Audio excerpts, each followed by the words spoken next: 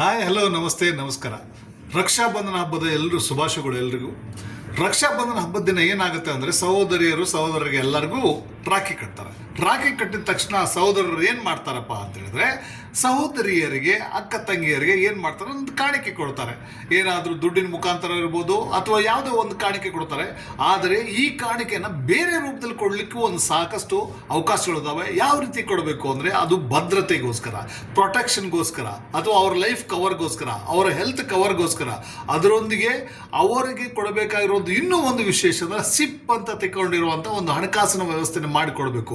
ಇದು life long ಅವರಿಗೆ protection ಆಗುವಂಥ ಈ ಥರದ ಸಲಹೆಗಳಿಗಾಗಿ ಕೆಳಗಿನ ಲಿಂಕನ್ನು ಕ್ಲಿಕ್ ಮಾಡಿ ನನ್ನನ್ನು ಸಂಪರ್ಕಿಸಿ. ನನ್ನ ಹೆಸರು ಶ್ರೀಧರ್ ಚಂದ್ರಕೇಸರಿ ಅಂತ.